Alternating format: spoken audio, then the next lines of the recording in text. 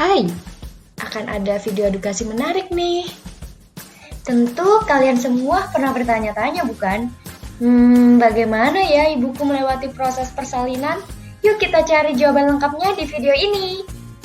Sebelumnya, kenalin aku Salma dari PSKB kelas A. Sabar dulu. Tentunya kita perlu mengetahui apa itu konsep persalinan untuk memudahkan kita belajar. Menurut Prawiro Harjo yang ditulis dalam bukunya, persalinan normal adalah proses pengeluaran janin yang terjadi pada kehamilan 7 bulan, lahir spontan dengan persentase belakang kepala berlangsung selama 18 jam tanpa komplikasi. Lalu, tahapan dalam persalinan apa saja ya?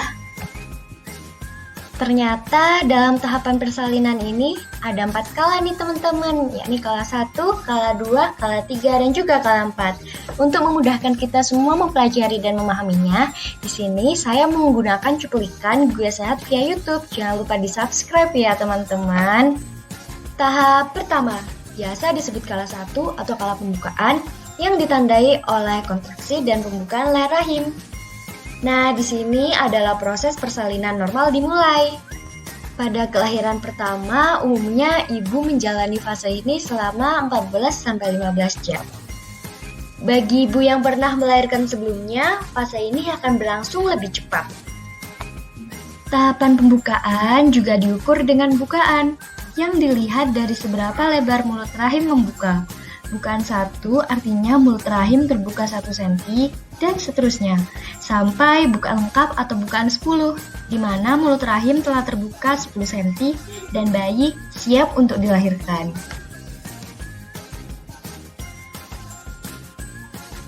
Tahapan kedua atau kala 2 atau biasa disebut dengan kala pengeluaran dan mengejan. Tahapan kedua persalinan ini adalah proses pengeluaran bayi dari rahim. Ditandai dengan kontraksi yang jedanya lebih sering dan semakin kuat.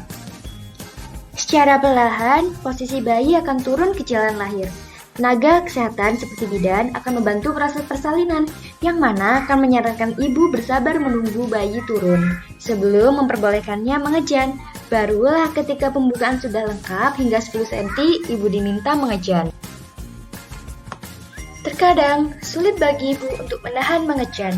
Ditambah lagi, bayi sudah berada di bawah panggul.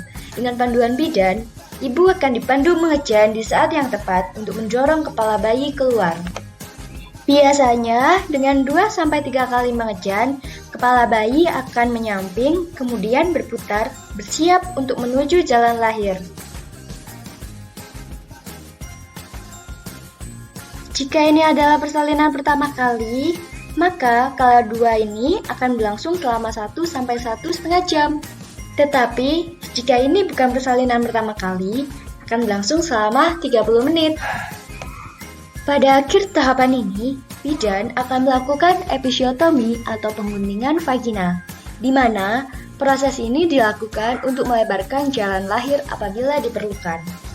Momen inilah yang ditunggu oleh para ibu, yaitu bertemu si buah hati yang telah dikandungnya selama 9 bulan. Lanjut ke tahapan ketiga, atau biasa disebut kala 3 atau kala pengeluaran plasenta. Setelah bayi lahir, ibu akan merasa lega dan bahagia, tetapi masih ada tahapan yang perlu dilalui loh. Setelah bayi lahir, plasenta atau ari-ari akan menyusul keluar selama 6-15 menit kemudian. Pada umumnya, tahapan ini akan berlangsung cepat, tidak nyeri, serta tanpa masalah. Pada tahapan ini juga akan dilakukan penjahitan luka robek akibat jalan lahir. Sebelum dijahit, ibu tak perlu khawatir, karena akan diberikan bius lokal untuk mengurangi rasa nyeri. Yang terakhir atau tahapan keempat, biasa disebut kala 4. Tahapan ini merupakan tahapan observasi atau pengawasan kemungkinan perdarahan, serta pengawasan kontraksi setelah persalinan, kurang lebih dilakukan selama 1 jam. Pada tahap ini, plasenta atau ari-ari telah keluar dan tidak boleh ada perdarahan dalam vagina. Kala keempat justru saat kritis bagi wanita yang memiliki risiko perdarahan pasca melahirkan.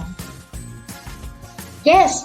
Jika semuanya sudah dipastikan aman, di sini ibu hanya perlu merawat luka di daerah kewanitaan dan juga menjaga kebersihannya.